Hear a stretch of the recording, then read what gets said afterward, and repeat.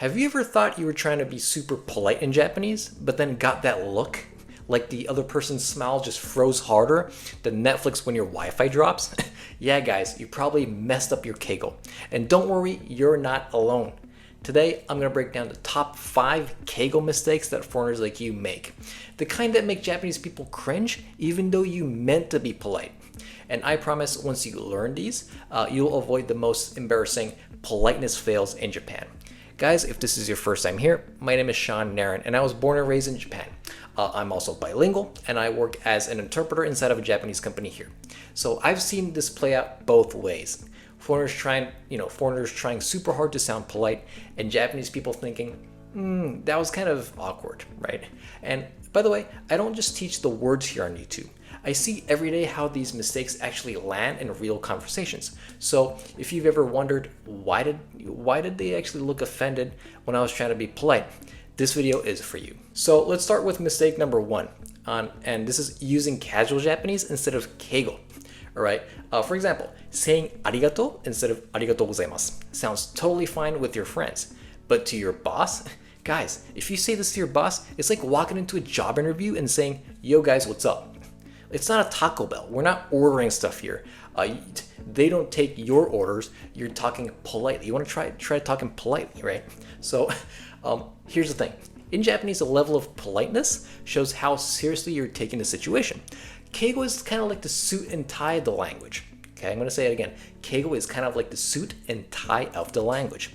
You wouldn't show up to a wedding in flip-flops, right? Same thing. And look, I get it. Casual Japanese is always easier, and maybe you learned it from anime. But trust me, telling your manager "otsukare" instead of "otsukaresama desu," it's very different. Boom. You just lost your trust right there if you say that, okay? So you always have to be careful. Okay, mistake number 2, mixing up respectful versus humble. So this is kind of the classic brain melter. It's really hard, okay? So it gets a little tricky here. Respectful keigo, which is called sonkeigo, versus humble keigo, which is kenjogo. Now, let me break it down for you. It's okay, right? Don't worry. Respectful here means you're raising the other person up. Okay, so you're kind of putting the other person above you. Humble here means you lower yourself. So foreigners kind of flip them all the time, okay?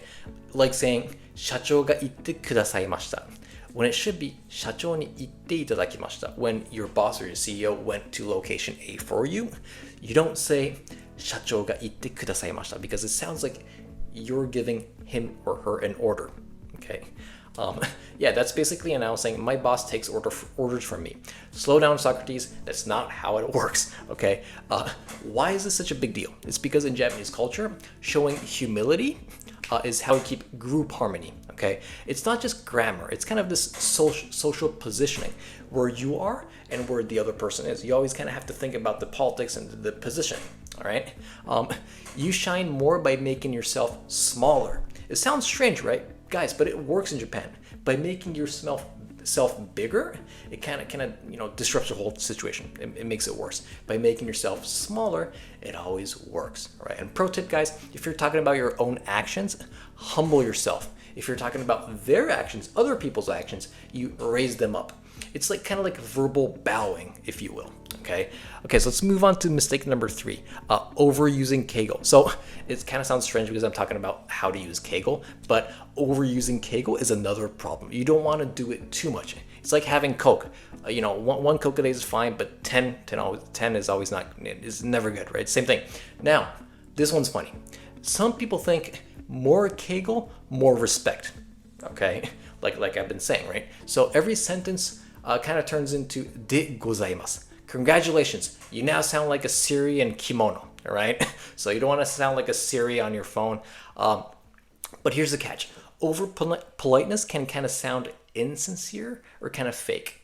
It kind of creates this distance. In Japan, sincerity beats overcomplication, okay? The goal isn't to max out politeness points. It's to match the situation. Okay, so let's move on to mistake number 4. So, forgetting keigo in small actions. This is a sneaky one. You nail keigo in the big moments, like meetings or presentations, but then you forget it in the tiny interactions. For example, handing papers to someone with no onegaishimasu or yoroshiku onegaishimasu. just dead silence. That's not good, right? In Japan, the little word is that little word that you say is everything. Onegaishimasu, right? It's like the verbal version of holding the door open for people. If you don't say it, it kind of feels awkward or even rude. I once saw a foreign colleague give a perfectly polished presentation in like flawless keigo, and then handed out. This guy just hands out the report to the manager without a word. Guess what the other people who was watching it thought, right? It's like it's completely awkward, right? Not the great presentation. That's what everyone else thought. So even if the guy's presentation was like perfect keigo, because of his actions, other people remembered it as not the best presentation. I remember having this like awkward silence moment, right? So don't underestimate the small stuff. In Japan, your reputation is built in those tiny daily interactions. It's like social interest on a bank account, right? It compounds. It's really important. Okay. Mistake number 5: using keigo to excuse yourself. Okay. Now this one's a big cultural difference. Foreigners love to actually explain themselves. Sorry, I can't join because it's my grandma's birthday, my dog's haircut, whatever it may be. It sounds harmless, right? But in Japan, that's just too much information. People don't want to hear, they don't really care about your life story. They want more about, more clarity, okay?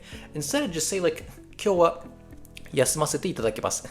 Done, polite, simple, finished. Over explaining kind of feels like you're putting your personal stuff above the group, okay, which kind of rubs people the wrong way sometimes. Think of it this way. In Japan, the best apology or excuse is short and polite. No TED talk needed here, okay? So it should be short and polite. So anyways, those were top 5 keigo mistakes that foreigners make. And notice that these aren't just grammar tips. They're about how your words signal respect, humility, and sincerity. If you can avoid these 5 things that I talked about today, you're gonna come across as more professional, more trustworthy, and honestly, you're just gonna click better with Japanese people. People in Japan are gonna click with you more, right? Anyways, guys, thank you for watching. And if you've made one of these mistakes before, don't worry, we all have done that, okay? The key is to notice them now, laugh about it, and just get better. Because at the end of the day, keigo isn't just about sounding polite. It's about connecting with people. Anyways, guys, thank you very much for watching this video. If this video helped you, please talk about it with friends and family. Repetition is key when it comes to learning. Anyways, I'll talk to you in our next one. Bye-bye.